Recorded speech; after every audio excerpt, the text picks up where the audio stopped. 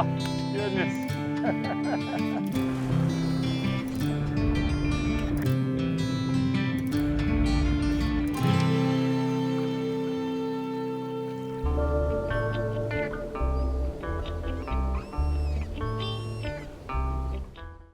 If you aren't from Florida, you may not be aware of the water quality issues that are taking place here, and it's been going on for some time. Around the turn of the century, man came to Florida, lots of great natural resources, the ocean, wonderful coastlines, the weather was good for people's health. There was a great mass of people that came to Florida around that time. There was one thing in the way they had to tame, an impenetrable swamp called the Everglades. And in those days, there wasn't much of an ecological movement. It was all about coming to Florida and making money. Our government, they saw no value for the Everglades. They wanted to turn the Everglades into farmland. They started by cutting huge drainage canals to drain water off the Glades and out of Lake Okeechobee. And then, following two major hurricanes in the 1920s, they built a dam all the way around Lake O. And that dam is at the root of a lot of our problems now. The Herbert Hoover Dike around Lake Okeechobee allowed our federal government to drain about half of the Everglades. And today, that drained land south of Lake Okeechobee is agricultural. It's the Everglades agricultural area. A big part of that agricultural area is planted in sugarcane. Much of our water management practices today revolve around protecting those sugarcane fields, those farms, and ensuring proper irrigation at all times of year. Basically, where the sugarcane is grown, where the EAA is, was once a great wetland, and that's where the water used to go naturally from the lake on its way to the Everglades. Now, the water table is artificially low. It's the only parcel in Florida, South Florida, during the wet season that is perfectly high and dry, and during droughts and dry season, it's perfectly irrigated with Lake Okeechobee water. So it's a great setup. It's a wonderful thing. It's guaranteed profits. And the sugar companies, there's 3 or 4 large sugar companies operating EAA today. With all that being said, there's a chance to save this. There's a plan in place to create a flowway south into Florida Bay to help restore the natural flow of water out of the Kissimmee Basin. The St. Lucie River is in my backyard. Those are my home waters. This is an area that I fish quite often and have so for the last 20-something years. So I'm seeing the changes, I'm seeing the damage. It's a great estuary. At one point, it was one of the most diverse estuaries within a 10 square mile of the St. Lucie Inlet, but that's all changed. The fishing has changed, the water has changed, and not for the better.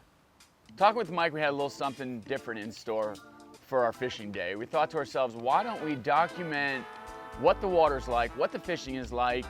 Let's start, near the inlet, and let's work our way up to the locks, and then maybe head up to the north around the power plant. So what we're gonna do is try some different areas, see what the water quality was like, and see what the fishing was like and how much life was in the areas.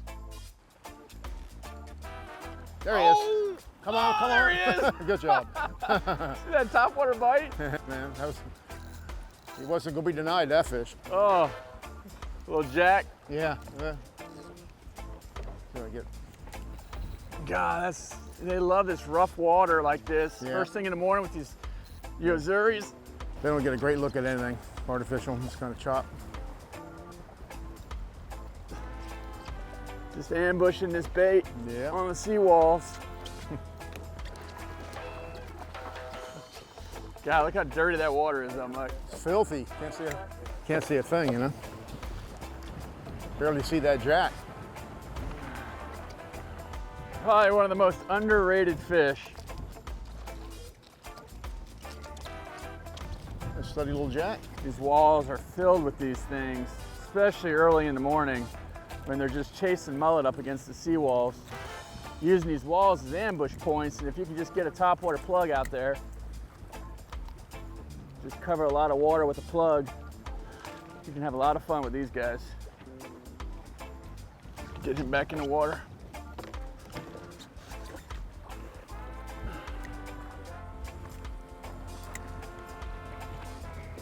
It's heart-wrenching to see how much the Indian River Lagoon Estuary and the St. Lucie River have changed in just the last handful of years.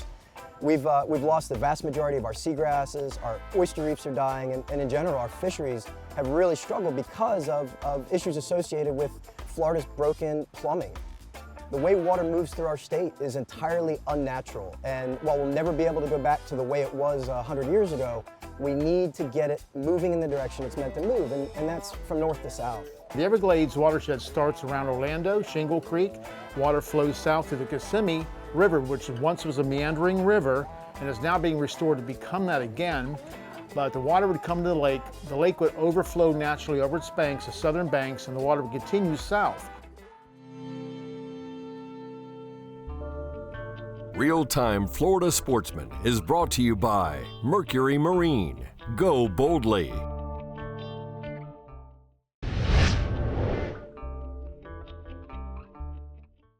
What's unique about the Stewart area is its diversity. You have world-class inshore fishing, and then a short trip offshore, you have, incredible pelagic fishing. You also have the proximity to the Gulf Stream and the proximity to the Bahamas, which makes it, an ideal jumping off location for a lot of people looking to travel to the islands. You have that shortcut through Lake Okeechobee, through a series of locks. That's why it's such a popular destination for boaters. Huh. There he is, there he is. Yep. Good deal. Come on, line sider this time. Nope. Yep. Feels jack-like. The longer it doesn't jump, the less chance. Ooh, that's fine looking foam back there. Look at that lovely foam, huh? Yeah, Ugh. I wonder where that came from. Jack-like? Yeah. Quite jack-like.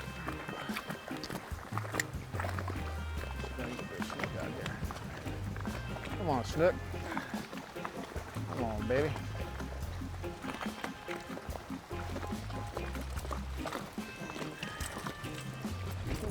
A little smaller. Pinch the black dots.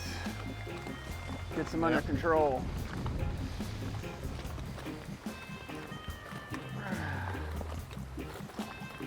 Look at that. It's just like a mullet. That's what they're eating on these walls. Yeah. Just ambush points. Snook and jack. Opportunistic feeders. Florida's coastal ecosystems are under attack right now, and year after year, this damage is adding up. Even given just a brief respite, our ecosystems will recover. This past summer, we saw seagrass recovering in the Indian River Lagoon in places that had been absent for several years. Now, post-Irma, with huge freshwater discharges entering our system, that grass is gone again. This used to be vast seagrasses. I mean, we can see pictures of where this whole sailfish flats were just at one point just acres of grass. And today, that holds all your shrimp. That holds your shrimp, holds your pinfish. And the pinfish are gone. Yeah. The pinfish have been gone. I know it's sand. Looks like Bahamas Bank out there. Everybody says, look how pretty the water is, but look how barren the bottom is.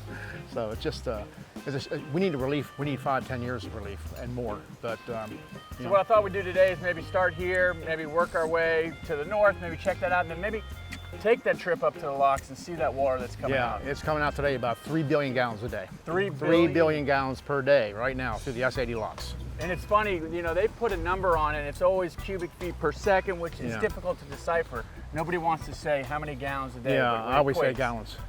I get my phone and I can convert it in about 12 seconds to gallons. Gallons makes people understand how much water we're dealing with. And we're talking about a lake at what's the level right now? It's like 16.8 right now, so it's going down, but slowly, painfully slowly. There's still a lot of water coming in from the north. Oh, nice! That's a snook, isn't it? No? I think it is. If it is, it's a good one. Might be a snook. Looked a little longer, didn't it? Yeah, it did. Or we just wanted that bad? Yeah, I think we did. We just wanted so bad to be a snook, it looked like a snook. Yeah. When they don't jump, it's a jack. Jeez. Oh well. It just looked longer at the strike, Wishful thinking. This jack's shy. Come on out here. Come on out here. Come on out here. Come on out here. If these fish are good to eat, George, there wouldn't be any. I always say that if they were good one. eating or if they jumped, It's a pretty good fish. they would I know be it. fished every day by everybody. I know it. Whoa! Nice one. Long distance release. You know what? I'm gonna check this really quick. We're getting plenty of action. Yeah. So we're at about 19,000 parts per 19. 19, just 1,000 19. Yeah, 19 parts per parts. thousand. So where should we be in natural seawater? 35. 35. 35. So In an estuary like this, 25 is about pretty half. good. 25, 26, 27. we'll see how that progresses today with the bite. Yeah. Probably 70% of the seagrass coverage from Fort Pierce south to the St. Lucie Inlet is gone. It's gone because of months and months of dirty, fresh water, and the seagrasses have died. In a Stewart and the Caloosahatchee, we have cyanobacteria blooms. And when cyanobacteria blooms, it can become toxic. In fact, it has become toxic in 3 or 4 occasions in the last 10, 12 years. If we don't act now to fix these problems, there's going to be a point where there's no coming back.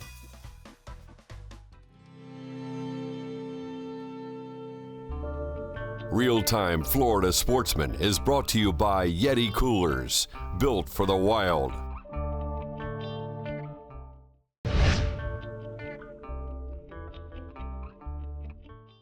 These freshwater discharges that are coming out of Lake Okeechobee into the St. Lucie, the Caloosahatchee, are causing issues that are affecting all of South Florida, not just the East Coast, but the West Coast and Florida Bay as well. You know, while I really wanted to come over here and kind of bring light to this whole water issue, I know you guys are dealing with the same exact issues at the Caloosahatchee that we are on the East Coast at the St. Lucie River.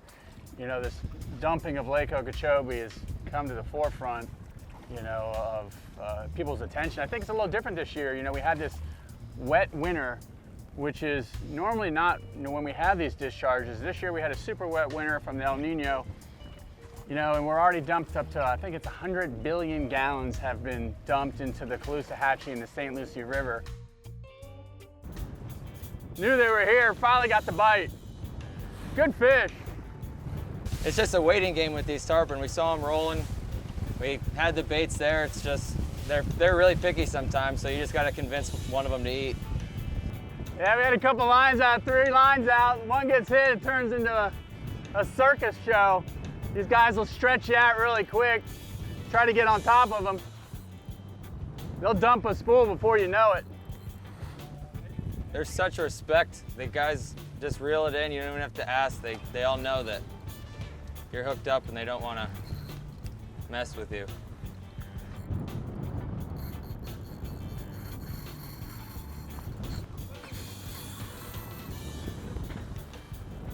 Reel, reel, reel, reel. Oh my God, it's crazy. You got all these other boats out here. Everybody's nice enough to reel up. There's old Dan over there from Captains to Clean Water, trying to put his clients on him. Good guy. We're just trying to roll him up over his back. It's not deep water, so he can't really go down. Normally when they jump a bunch, they wear themselves out. This is what this area is really known for. This, you know, this Fort Myers, Sanibel, this whole area through here. You can, you know, we went through several boats, but there's a bunch of captains out here with clients today, and it's a huge destination, huge, you know, bit for the tourism board. This people come, travel all over the world to come here to catch these things. He's right there. That's a big fish. Oh yeah, he's about probably 110, 125 pounds. I'd say 120. Well, how about we snook fish after this, brother? We can definitely do that. One and done on these, man. Oh yeah, no, they'll break your back for sure. You'll be sore tomorrow. Oh, right in the top of his mouth. How perfect is that hook set?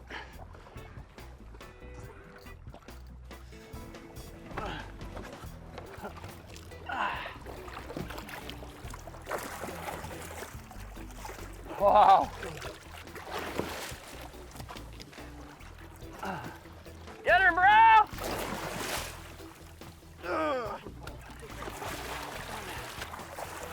Yoo-hoo-hoo-hoo! Woo!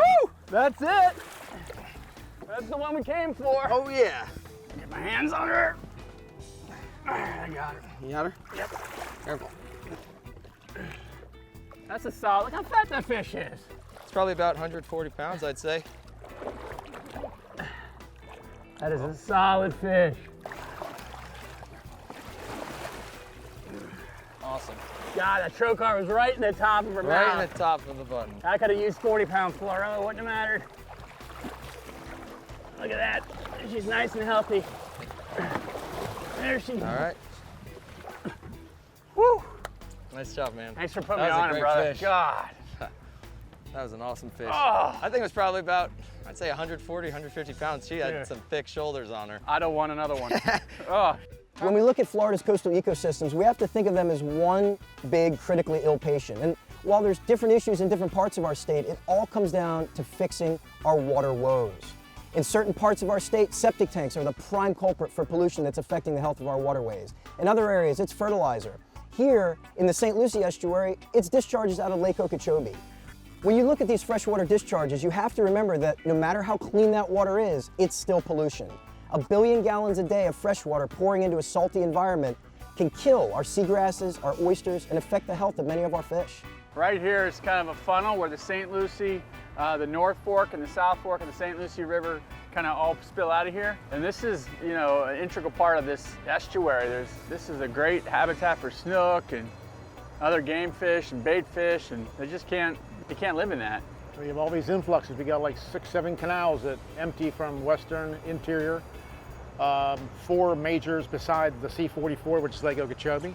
So you lump it all together, you got billions of gallons. We already had 80, 90 billions of gallons of water, fresh water, since June.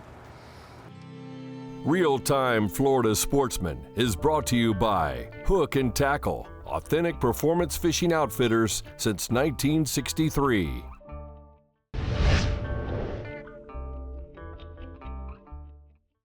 We were getting the bites. I had jumped off a smaller snook, and we were getting some bites from snooks and missing a couple. And then I threw that Yozuri in there, working it along a dock line, and I saw that snook come up and just roll on it. Before I could even get my plug all the way back in, I told Mike, he was throwing a soft plastic. You know, he saw right where the bite was, threw that soft plastic in there, and he hooked up onto that snook. There he is. There he is, nice, snook, good job. Yep. Nice fish, great fish. I threw in there with that plug, you followed up with the soft plastic, that's what he wanted. That's right. All right, little snook. All right, very good. Like I said, give me one lure in this river. That's it right there. Cool, man. Nice little There you snook. go, George, yeah. This snook's not super dark. It might come off the beach about 2 weeks ago, you know? Well, you know, Or the this same, is what sure. this area is known for, the snook fishery. Yeah, The definitely. St. Lucie River, too, is really what I think kind of keeps them in this area. They're able to go up in that river in the wintertime and stay warm. And Follow the food, yeah. yeah, unfortunately, when you get this much discharge, it's going to have some kind of lasting effect. Look how dark he is in Yeah. this dark water. Fins look pretty good considering. Yeah.